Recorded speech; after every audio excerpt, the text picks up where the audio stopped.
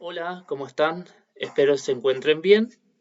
En esta oportunidad, en la clase del día de hoy, vamos a desarrollar la unidad número 3 del programa, cuyo título es Diseño y Estructura Organizacional. Sin embargo, antes vamos a hacer un pequeño repaso de la unidad 1, titulada como Organización y sus elementos, para reafirmar conceptos para el parcial que va a ser el día 5 del próximo mes. Para comenzar, el primer tema está relacionado con las organizaciones. Eh, como saben, el individuo como ser es un ser social. No está acostumbrado o no puede vivir aislado de las demás personas. Necesita interacción con ellos. Y más aún para el logro de sus objetivos porque posee restricciones personales. Es por ello que se reúne con otras personas y así constituyen las denominadas organizaciones para alcanzar de manera más rápida, más fácil, los objetivos que se han propuesto. Pero, ¿qué es una organización? Según la RAE, el Diccionario de la Lengua Española, conceptualiza a la organización como a la acción y efecto de organizar a una asociación de personas reguladas por normas para lograr fines específicos o a un conjunto de órganos o dependencias. Siempre está hablando o refiriéndose a ese conjunto de personas que se regulan o se rigen por normas para lograr un fin específico. Etimológicamente hablando, la palabra organización proviene del griego organon, que significa instrumento o herramienta. Básicamente ese término se utiliza para describir un grupo estructurado de personas que trabajan juntas para lograr objetivos comunes o para referirse al proceso de organizar o estructurar algo. Entonces, básicamente, es un instrumento o una herramienta para el logro de los objetivos de las personas que conforman una organización. Y según la IA, la inteligencia artificial, más precisamente el chat GPT, lo conceptualiza como un sistema social compuesto por personas, recursos y actividades que trabajan de manera coordinada para alcanzar objetivos determinados. Este concepto incluye los recursos y las actividades que son, como veremos más adelante, los elementos de una organización. Como primer elemento tenemos los recursos humanos, que no son más que las personas que cuenta la organización para lograr los objetivos. Después están los recursos materiales, que son todos aquellos bienes muebles e inmuebles. Bienes muebles, todas las cosas que tienen movilidad dentro de la organización, sillas, mesas, automóviles, etc. Y bienes inmuebles, aquellos bienes que están adheridos al suelo, por ejemplo, una oficina, un edificio, etc. También otro de los elementos con los que cuenta una organización para el logro de los objetivos de las personas son los recursos naturales y energéticos. Estos recursos son aquellos elementos como la tierra, el agua, la luz solar, el combustible y toda la energía eléctrica, todos aquellos recursos que provienen de la naturaleza y que son ingresados a la organización siempre para el cumplimiento de los objetivos de los recursos humanos. También otro elemento importante es el conocimiento y cultura organizacional, perdón. La información, las ideas y los saberes, todo eso hacen al conocimiento. También hay símbolos y el prestigio.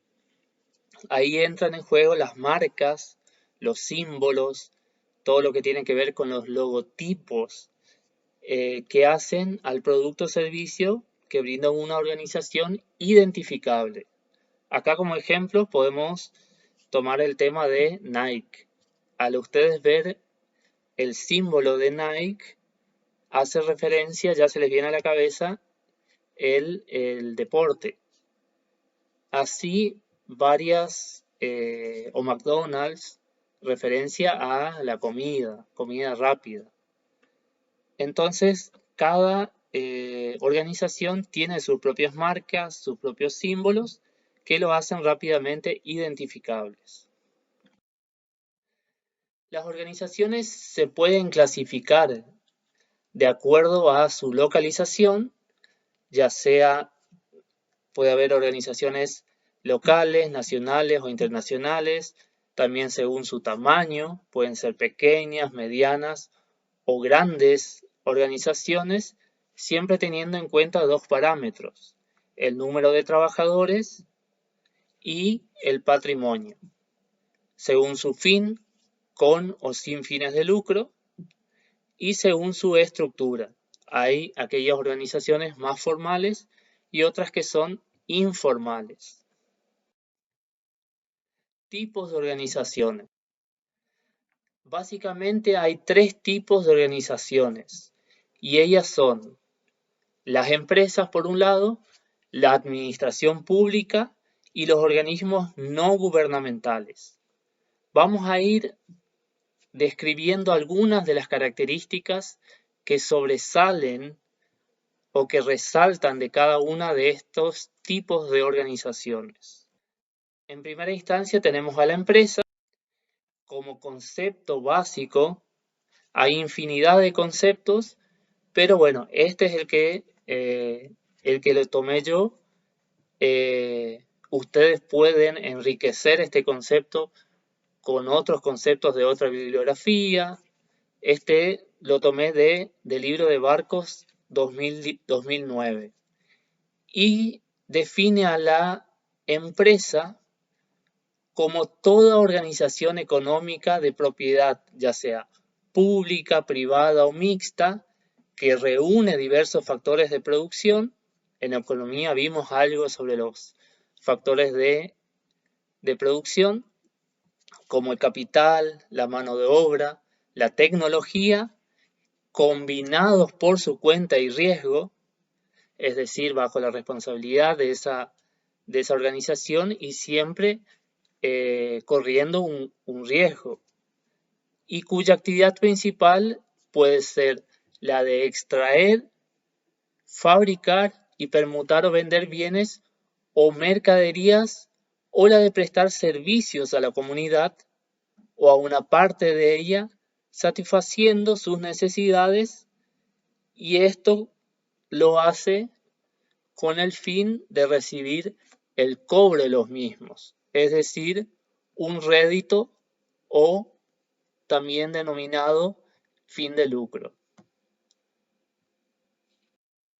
De este concepto podemos clasificar a la empresa por su tamaño o dimensión. Por un lado tenemos a las microempresas, que son los pequeños espacios y el número de empleados es de 1 a 30. ¿Se acuerdan que anteriormente le dije que las organizaciones, de acuerdo a su tamaño, había dos puntos a tener en cuenta? Uno era de acuerdo a la cantidad de trabajadores y otro podía ser por el patrimonio que poseían. En este caso, vamos a tomar la cantidad de trabajadores. Entonces, microempresas son pequeños espacios y el número de empleados es de 1 hasta 30. Las pequeñas empresas con un poco más de espacio amplificado, y sus empleados van de 1 a 30 según el sector industrial. Las medianas empresas, espacios mayores y sus empleados van desde 101 a 500.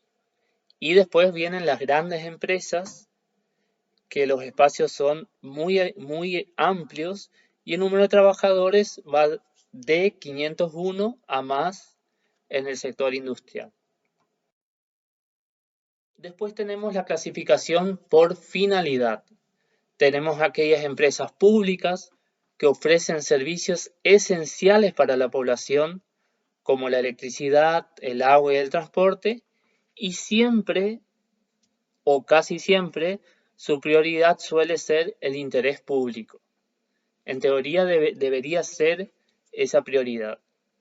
Después tenemos a las empresas privadas, cuyo principal objetivo es la de obtener beneficios económicos para los propietarios, pero ¿cómo los obtiene? A través de la promoción de bienes o servicios para satisfacer las necesidades de la sociedad en general, es decir, a los consumidores. Y por último, y para terminar esta clasificación por su finalidad, tenemos a las empresas de servicios. Son aquellas que otorgan una serie de servicios integrales a sus clientes y que estos obviamente queden 100% satisfechos y quieran volver. Tenemos la clasificación por su actividad, aquellas que son extractivas, es decir, que se encargan de extraer, por ejemplo, los minerales como la plata, el hierro, el cobre, extraen también petróleo de los mares, por ejemplo. Aquellas que se encargan de la transformación suelen tomar como materia prima el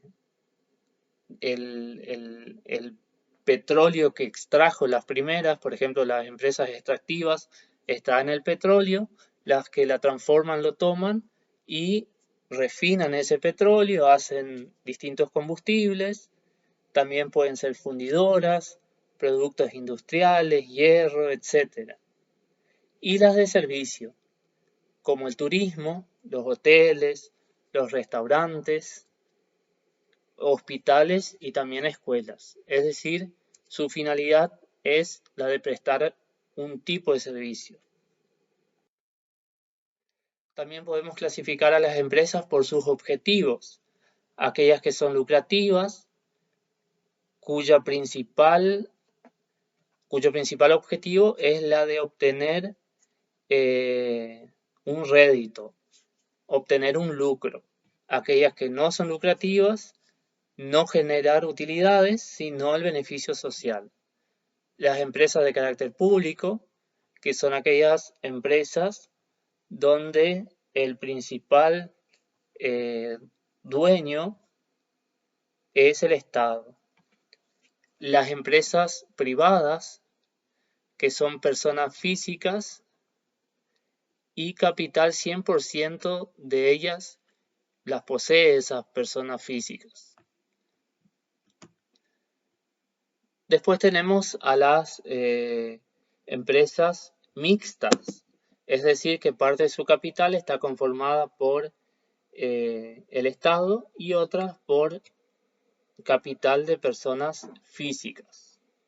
Las extranjeras, empresas que cumplen con la legislación nacional, pero cuyo capital es 100% extranjero. Por su nacionalidad, viene un poco con lo que dijimos en la diapositiva anterior, aquellas que son argentinas, que se crean cumpliendo con las formalidades de la Constitución Nacional, los códigos y demás reglamentos, y aquellas extranjeras, es decir, que cumplen con las leyes nacionales y a su vez con las leyes del país de origen también. Por su personalidad jurídica, tenemos sociedades de personas, sociedad de nombre colectivo, se constituye bajo una razón social y responsabilidad de los socios. Esta responsabilidad es solidaria, es decir, todos los socios, en caso de haber una deuda, son responsables de hacer frente a esa deuda en caso de que un deudor no pague. Subsidiaria, es decir, que se activa, o sea, los deudores secundarios van a tener la obligación de pagar siempre y cuando el deudor principal no pague esa deuda. Eso quiere decir la subsidiariedad. Va a activarse recién para los demás socios cuando el socio principal no puede hacer frente a esa deuda con sus acreedores. Y es ilimitada esa responsabilidad frente a las obligaciones sociales, a las deudas, porque en caso de no poder hacer frente con los distintos materiales o distintos elementos que posee esa sociedad, lo van a tener que hacer con su propio patrimonio. O sea, la responsabilidad es sobre el total del patrimonio de estas personas que conforman la sociedad. Distinta es la situación de la sociedad de capitales. Por ejemplo, el caso de la sociedad anónima, que se constituye bajo una denominación social, y la responsabilidad en este caso de los socios está limitada al pago de sus acciones o al aporte que realizan esos socios. No se toca acá el patrimonio personal, sino solamente aquellas que integren y aporten a la sociedad. Y por último, las sociedades mixtas, que bueno, tienen características de ambas de las que dijimos anteriormente, de las sociedades de personas y las sociedades capitales.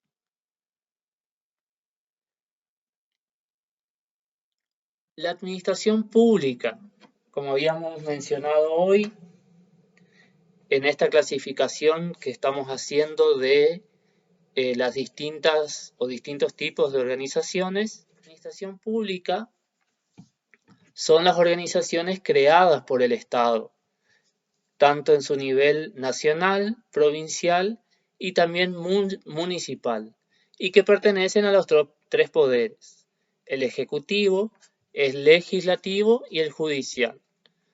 Estas organizaciones están previstas en la Constitución Nacional, en las constituciones provinciales y en las leyes orgánicas de cada municipio. Algunas características sobresalientes de este tipo de organizaciones son que prestan servicios propios del Estado, que están previstas en las instituciones políticas, como por ejemplo la educación, la salud, la seguridad, la justicia. Todas estas son prestadas por estas organizaciones del Estado. Otras de estos organismos son instrumentos de control social y se crean en cumplimiento de leyes específicas. Por ejemplo, el Registro Nacional de Personas, la Administración General de Aduanas, el ARCA, que es el organismo de recaudación y control, y a nivel nacional la primera, y el ATM, que es el organismo de control y recaudación a nivel provincial. Algunos organismos también poseen autarquía. ¿Qué quiere decir autarquía? Que pueden administrar por sí mismos los recursos que recaudan o que se les son asignados. Por ejemplo, los municipios o la ANSES son organismos autárquicos. Otra característica es que los servicios que se prestan son en forma no arancelada, a no equivocarse acá con que son gratuitas. No son gratuitas. ¿Por qué? Porque estos servicios los pagamos todos con nuestros impuestos. Entonces, no son gratuitas, pero no son aranceladas. La persona no debe pagar una arancel aparte para adquirir, por ejemplo, o ingresar a, a, una, a una escuela, por ejemplo. Sus estructuras responden al modelo burocrático. Esto un poco repasando el tema de las escuelas, de los distintos pensamientos de la administración. Se denomina administración pública, tenemos un concepto pequeño de administración pública entonces, a ese conjunto de organismos públicos que desarrollan actividades y prestan servicios a cargo del Estado. Por otro lado, tenemos a las organizaciones no gubernamentales, es decir, aquellas que no son ni empresas y ni forman parte del Estado. Tenemos un ejemplo claro, Cáritas, que participa, por ejemplo, en obras de beneficencia. Por ejemplo, hace unas semanas atrás, las inundaciones y tormentas que hubo en Buenos Aires. Ahí tuvo un papel, entre otros, Cáritas, un papel importante. Estas organizaciones también pueden ser denominadas organizaciones del tercer sector o también organizaciones de la sociedad civil. Algunas de las características que podemos mencionar es que son privadas y voluntarias, o sea, no forman parte del Estado, son creadas para actuar en el sistema social, por ejemplo, clubes, fundaciones, sociedades de beneficencia, comedores también para carenciados, mutuales. Ahí ustedes pueden ver los clubes de fútbol. Muchos siguen siendo asociaciones o fundaciones en nuestro país. También pueden actuar sobre el sistema político y económico, por ejemplo, partidos políticos, las asociaciones de defensa de los consumidores, los sindicatos y demás organizaciones. Los ingresos provienen de donaciones o de cuotas que aportan sus socios o afiliados. ¿Y cuáles son los fines de este tipo de organizaciones? Bueno, ya algunas mencionamos, pero podemos destacar la ayuda o asistencia a la comunidad ante contingencias sociales, por ejemplo, inundaciones, terremotos, etc.